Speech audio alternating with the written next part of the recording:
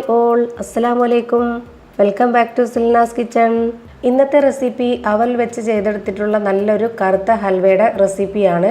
ഈ റെസിപ്പിയിലോട്ട് കിടക്കുന്നതിന് മുമ്പായി എൻ്റെ ചാനൽ ആദ്യമായിട്ട് കാണുന്നവരാണെങ്കിൽ പ്ലീസ് ഒന്ന് സബ്സ്ക്രൈബ് ചെയ്തേക്കണേ. ഇനി നമുക്ക് വീഡിയോയിലോട്ട് കിടക്കാം. ഈ ഒരു ഹൽവ തയ്യാറാക്കാനായിട്ട് ഒരു പാൻ സ്റ്റൗവിലേക്ക് വെച്ച് ഫ്ലെയിം ഓൺ ആക്കി കൊടുത്തിട്ടുണ്ട്. ഇതിലേക്ക് കുറച്ച് അവൽ ഇട്ട് കൊടുക്കുന്നുണ്ട്.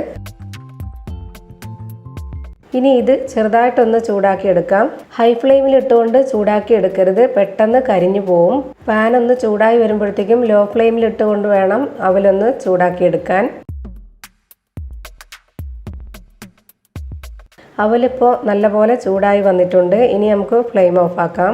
ഓഫാക്കിയതിന് ശേഷം ഈ പാനിൽ തന്നെ അവൽ വെച്ചിരിക്കരുത്, അത് കരിഞ്ഞു പോവും. അതുകൊണ്ട് വേറൊരു പാത്രത്തിലേക്ക് മാറ്റി വെച്ചിരിക്കണം. അടുത്തതായി ഒരു മിക്സിയുടെ ജാർ എടുത്തിട്ടുണ്ട്. ഇതിലേക്ക് കുറച്ച് തേങ്ങ ഇട്ട് കൊടുക്കുന്നുണ്ട്. അരമുറി തേങ്ങ ചിരകിയതാണ് ഇതിലേക്ക് എടുത്തിട്ടുള്ളത്. ഇനി ഇതിലേക്ക് ഒരു കപ്പ് വെള്ളം ഒഴിച്ചു കൊടുത്തിട്ടുണ്ട്. ഇനി ഇതൊന്ന് അരച്ചെടുത്തിട്ട് വരാം. അരച്ചെടുത്തിട്ടുള്ള തേങ്ങ ഒരു അരിപ്പയിലേക്ക് അരിച്ചൊഴിക്കുന്നുണ്ട്.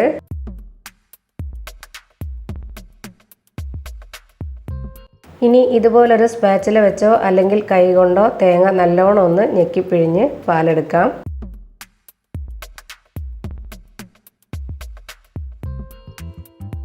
ആദ്യത്തെ പാലെടുത്തിട്ടുണ്ട്. ഇനി ഈ തേങ്ങാപ്പീര ഒരു പ്രാവശ്യം കൂടെ അരച്ചെടുക്കുന്നുണ്ട്. ഇനി ഇതിലേക്ക് അരക്കപ്പ് വെള്ളവും കൂടെ ഒഴിച്ചു കൊടുക്കുന്നുണ്ട്. ഇനി ഇതൊന്ന് അരച്ചെടുത്തിട്ട് വരാം. ഇനി അരച്ചെടുത്ത തേങ്ങ ഒരു പ്രാവശ്യം കൂടെ അരിച്ചൊഴിക്കുന്നുണ്ട്. ഇനി ജാറിൽ കുറച്ച് വെള്ളം ഒഴിച്ചു കൊടുത്തുകൊണ്ട് ഇതിലേക്ക് ഒഴിച്ചു കൊടുക്കുവാണ്. ഒന്നാം പാല് രണ്ടാം പാല് എന്ന് പറഞ്ഞ് മാറ്റി വെച്ചിട്ടൊന്നുമില്ല, എല്ലാം ഇതിൽ തന്നെ ഒഴിച്ചിട്ടുണ്ട്. ഇപ്പോൾ നേരത്തെ ചൂടാക്കി വെച്ചിട്ടുള്ള അവല് തണുത്തിട്ടുണ്ട്. ഇതൊരു മിക്സിയുടെ ജാറിലേക്ക് ഇട്ട് കൊടുത്തിട്ടുണ്ട്. ഇനി ഇതൊന്ന് പൊടിച്ചെടുത്തിട്ട് വരാം. അവലിപ്പോൾ നല്ല നൈസായിട്ട് പൊടിഞ്ഞു കിട്ടിയിട്ടുണ്ട്. ഇനി ഇതൊരു പാത്രത്തിലേക്ക് ഇട്ട് കൊടുക്കുവാണ്.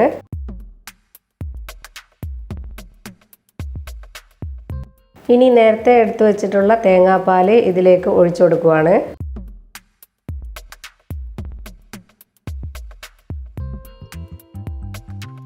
ഇനി നന്നായി ഒന്ന് ഇളക്കി യോജിപ്പിച്ച് കൊടുക്കാം. ഇപ്പോൾ ഇതൊരു തിക്കായിട്ടാണ് ഇരിക്കുന്നത്. ഇച്ചിരി ലൂസായിട്ട് വേണം ഇരിക്കാൻ വേണ്ടി. അപ്പോൾ കുറച്ച് വെള്ളം ഒഴിച്ചു കൊടുത്തിട്ടുണ്ട്. ഇനി ഒന്നുകൂടി നന്നായി ഇളക്കി യോജിപ്പിച്ച് കൊടുക്കാം. പാലും അവലും നന്നായി മിക്സാക്കി എടുത്തിട്ടുണ്ട്.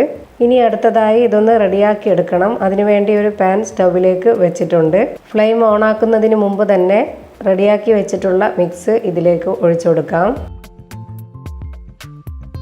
ഇനി ഫ്ലെയിം ഓണാക്കാം. ഇനി കൈ വിടാതെ ഇത് ഇളക്കി കൊടുത്തുകൊണ്ടേയിരിക്കാം. ആദ്യം തന്നെ ഹൈ ഫ്ലെയിമിൽ ഇട്ട് കൊടുക്കരുത്, മീഡിയം ഫ്ലെയിമിൽ ഇട്ട് കൊടുത്തതിന് ശേഷം നന്നായി ഇളക്കി കൊടുക്കുക.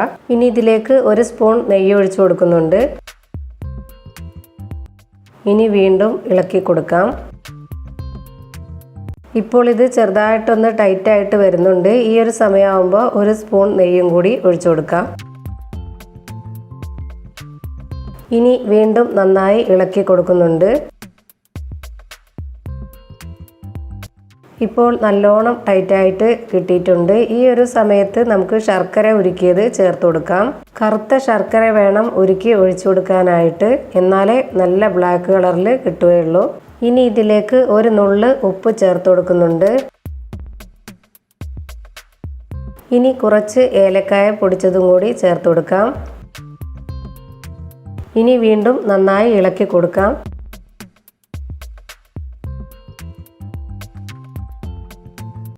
ഇപ്പോൾ നല്ലോണം വറ്റി തുടങ്ങിയിട്ടുണ്ട്. ഈ ഒരു പരുവാകുമ്പോഴത്തേക്ക് ഒരു സ്പൂൺ കൂടി നെയ്യ് ഒഴിച്ചു കൊടുക്കുന്നുണ്ട്. ഇനി ഇതിലേക്ക് കുറച്ച് അണ്ടിപ്പരിപ്പ് കൂടി ചേർത്ത് കൊടുക്കുന്നുണ്ട്. മിക്സിയുടെ ജാറിലിട്ട് ചെറുതായിട്ടൊന്ന് പൊടിച്ചെടുത്തതാണ്. ഇനി വീണ്ടും ഇതൊന്ന് നല്ല പോലെ ഇളക്കി കൊടുക്കാം. ഇപ്പോൾ നമ്മുടെ ഹൽവ നല്ല ടൈറ്റായി കിട്ടിയിട്ടുണ്ട്. ഈ ഒരു പരുവത്തിൽ കഴിക്കണം എന്നുള്ളവർക്ക് ഇങ്ങനെ കഴിക്കാം. ഞാനിത് കട്ട് ചെയ്തെടുക്കുന്ന പരുവത്തിലാണ് ചെയ്തെടുക്കുന്നത്, അതുകൊണ്ട് കുറച്ചുകൂടി ഇളക്കി കൊടുക്കുന്നുണ്ട്.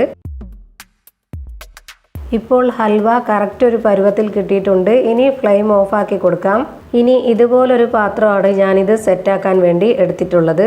ഇതിൽ കുറച്ച് നെയ്യോ ഓയിലോ എന്തെങ്കിലും ഒന്ന് സ്പ്രെഡ് ചെയ്ത് കൊടുത്താൽ മതിയാവും. ഇനി ഇതിലേക്ക് വേവിച്ച് വെച്ചിട്ടുള്ള ഹൽവ ഇട്ട് കൊടുക്കുന്നുണ്ട്. ഇനി ഇതുപോലൊരു സ്പാച്ചില വെച്ചോ അല്ലെങ്കിൽ സ്പൂൺ കൊണ്ടോ നല്ലപോലെ ഒന്ന് സെറ്റാക്കി കൊടുക്കുക. ഇനി ഇത് കട്ട് ചെയ്തെടുക്കുന്ന പരുവത്തിൽ കഴിക്കാൻ വേണ്ടി ഒരു 2 മണിക്കൂർ ഫ്രിഡ്ജിൽ വെച്ചിരിക്കണം. ഫ്രീസറിലല്ല, അതിൻ്റെ താഴെയാണ് വെക്കേണ്ടത്. അതല്ല പിറ്റേ ദിവസമൊക്കെ എടുത്ത് കഴിക്കുന്നുള്ളൂ എങ്കിൽ ഫ്രിഡ്ജിൽ വെക്കേണ്ട ആവശ്യമില്ല. അപ്പോൾ നമ്മുടെ അടിപൊളിയായിട്ടുള്ള നല്ലൊരു ബ്ലാക്ക് ഹൽവ റെഡി ആയിട്ടുണ്ട്. ബേക്കറി കടകളിൽ നിന്നൊക്കെ മേടിച്ച് കഴിക്കുന്ന അതേ ടേസ്റ്റിലുള്ള നല്ലൊരു അവൽ ഹൽവ റെസിപ്പിയാണ്.